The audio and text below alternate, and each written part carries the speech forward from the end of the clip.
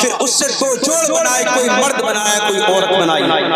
اب دیکھ، اب تیری آنکھیں دیکھتی ہیں، بجلیاں چمکتی ہیں، تیری زبان کا طوطی بولتا ہے، لوگ اش اش کرتے ہیں تیری گفتگو پر، تیرے لہجے کو جمال کے دیکھتے ہیں، تیری چوڑی چھاتی، تیرے کڑیے بازو اور تیرے گلاب کی پتیوں جیسے ہونٹ، اے انسان یہ سب کچھ کہاں تراشا گیا ماں کے رحم میں؟ اس تاریکی میں جو تین پردوں میں تھی، تیرا سر تیرے گھٹنوں میں تھا، وہاں تیرے رب نے تیرے اندر نسوانیت یا وجولیت کی صلاحیتیں رکھی۔ آج تو علامہ الطاہر ہے، آج تو وزیر اعظم ہے، آج تو شہزادہ ہے، آج تو زور آور گھڑ سوار ہے، آج تیری عظمت کے تنتنے ہیں، آج تو کشتی کرتا ہے، زمانہ دیکھنے آتا ہے، آج شیروں کو تو نچا لیتا ہے، ہاتھیوں کو تو بٹھا لیتا ہے۔ حضرت بایزید بستامی کہتے ہیں کہ میں نے اپنی ماں کے آگے ہاتھ جوڑے، امی تجھے راضی کروں کہ رب کو راضی کروں، تو اپنے حق مجھے معاف کر دے، اللہ کو میں راضی کر لوں گا۔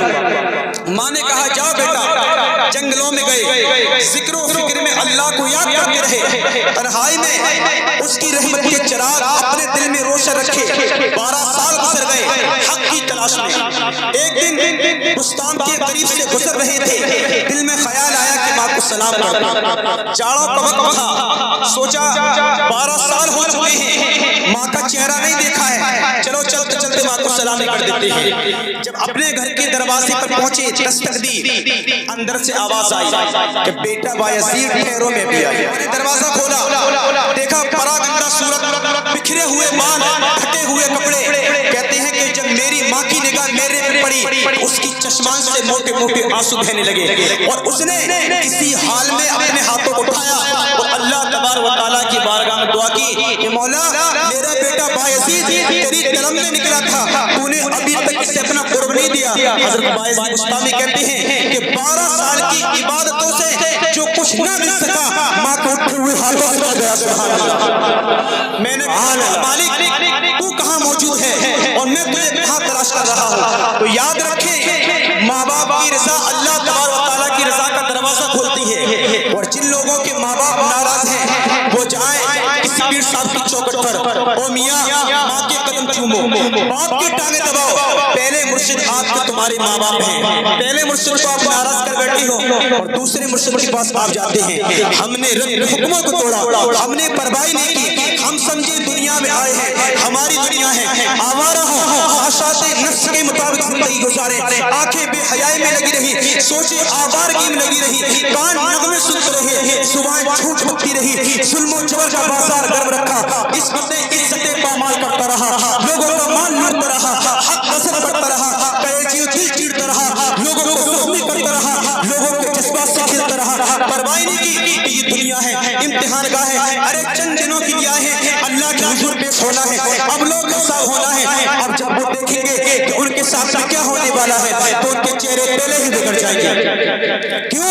وہ گمان کریں گے کہ ان کی ریڑھ کی ہڈی توڑ دی جائے گی۔ ایسے ایسے عذاب آئیں گے کہ جس طرح کسی کی ریڑھ کی ہڈی توڑ دی جاتی ہے تو اس کا چہرہ کسی شگفتہ گلاب کی طرح تو نہیں ہوتا، اس کا چہرہ تو جو ہے وہ کس قدر مرجھا ہوا ہوتا ہے، تو اللہ فرماتا ہے اس طرح ان کے چہرے بگڑے ہوئے ہوں گے۔ اور ابھی عذاب آیا نہیں ہے، ابھی انہیں عذاب کی بھٹی میں جھونکنے گیا ہے، اس سے پہلے ان کے چہرے بگڑے ہوئے ہوں گے۔ اور وہ سخت عذاب میرے نبی نے جبریل سے پوچھا کہ جبریل مجھے جہنم کے عذابوں کا ذکر سناؤ۔ عرض کی حضور میں آپ کو جہنم کے سب سے ہلکے عذاب کی کہانی سناتا ہوں، اور وہ یہ ہے کہ جہنمی کے پاؤں میں آگ کا جوتا رکھا جائے گا تاکہ اس کا سارا بدن سلامت ہوگا۔ یہ جہنم کے سب سے ہلکے عذاب کی کہانی ہے، اور جب پیر میں آگ کا جوتا ہوگا حدت تپش گرمی اتنی ہوگی کہ دماغ پگھل کر ناک اور کانوں کے راستوں سے باہر آ جائے گا۔ پیر میں رکھے ہوئے جوتے کی گرمی دماغ کو ایسے چڑھے گی کہ وہ پگھل جائے گا اور ناک اور کانوں کے راستوں سے باہر آ جائے گا، اور اللہ تبارک و تعالیٰ کے عذاب کے خوف سے یہ شکلیں بگڑ جائیں گی، حالت سلامت نہیں رہے گی۔ اور یہ بھی یاد رکھیں، اس بات کو ذہن میں رکھیں کہ جب اللہ کسی کو جہنم میں ڈالے گا اسے اس صورت میں نہیں ڈالے گا، یہ محمدی صورت ہے، یہ شکل اس کی اس سے چھین لی جائے گی، اس کی شکل بڑی کر دی جائے گی۔ حدیث پاک میں آتا ہے کہ اس کا ایک ایک دانت احد پہاڑ کے برابر ہوگا۔ احد پہاڑ کا پھیلاؤ 15 کلومیٹر میں ہے،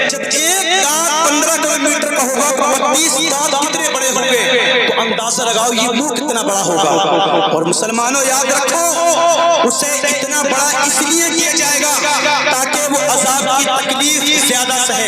हदीस पाक का मफहूम है कि 70 गज मोटी खाल होगी उसी इंसान की गुनहगारी और खाल जल जाएगी तो अल्लाह कुरान में इरशाद फरमाता है कि नहीं खाल दे देंगे ताकि अजाब की तकलीफ इसको गवारा करनी पड़े। अब चीखेगा चिल्लाएगा कि कोई मुझे पानी दो, पानी की शिद्दत है 70 साल तक तो कोई उसकी आवाज नहीं सुनेगा। 70 साल के बाद पूछेगा बोल क्या मांगता है, वो कहेगा मुझे पानी चाहिए। कहा जाएगा अभी देते हैं तुम्हें पानी।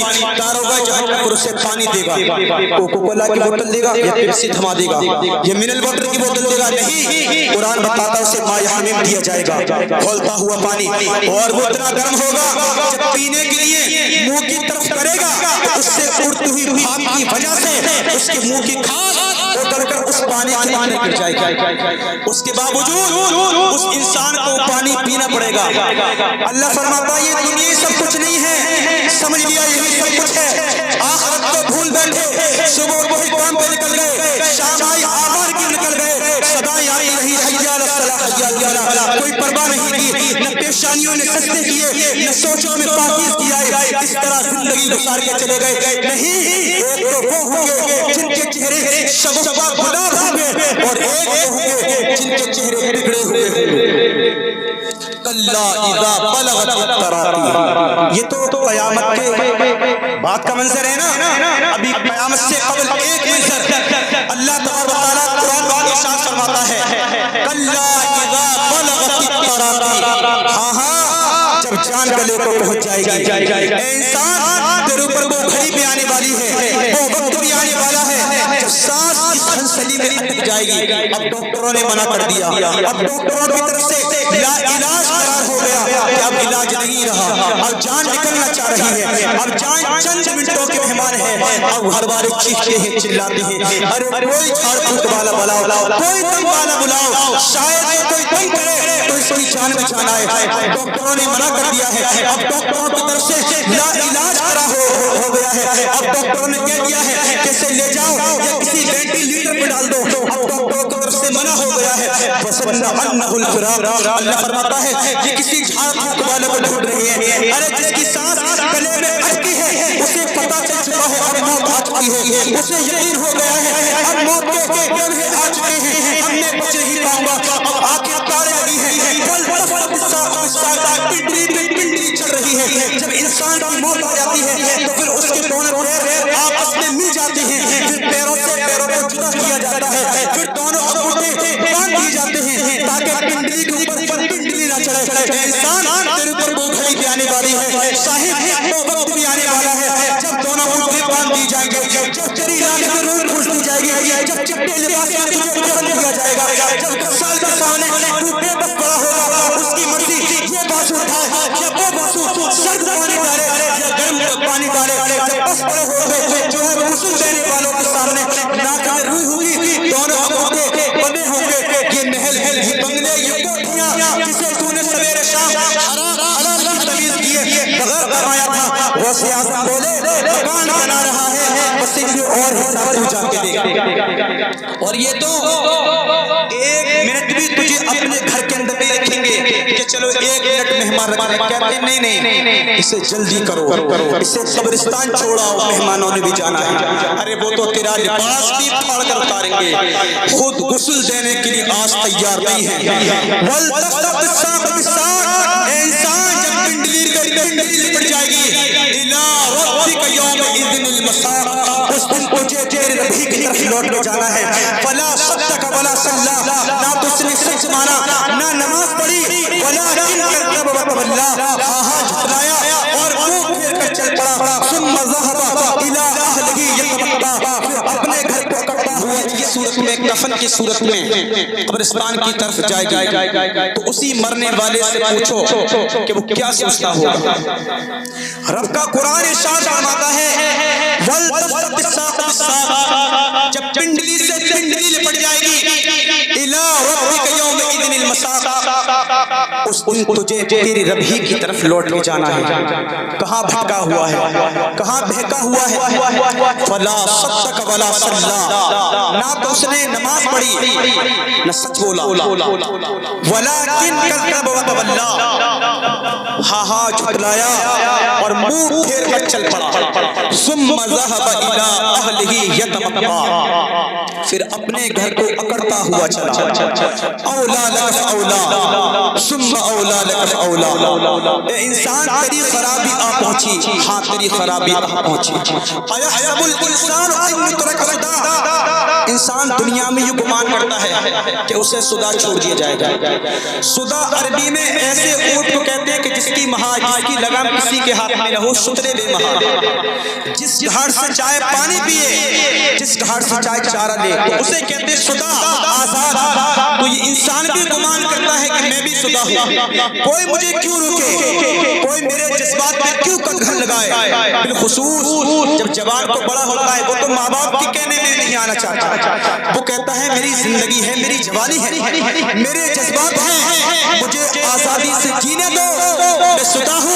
अल्लाह फरमाता है मैं एक ऊंट को सुदा छोड़ सकता हूँ, लेकिन एक इंसान जिसे मैंने अशरफुल मखलूकात बनाया है उसे सुदा नहीं छोड़ सकता।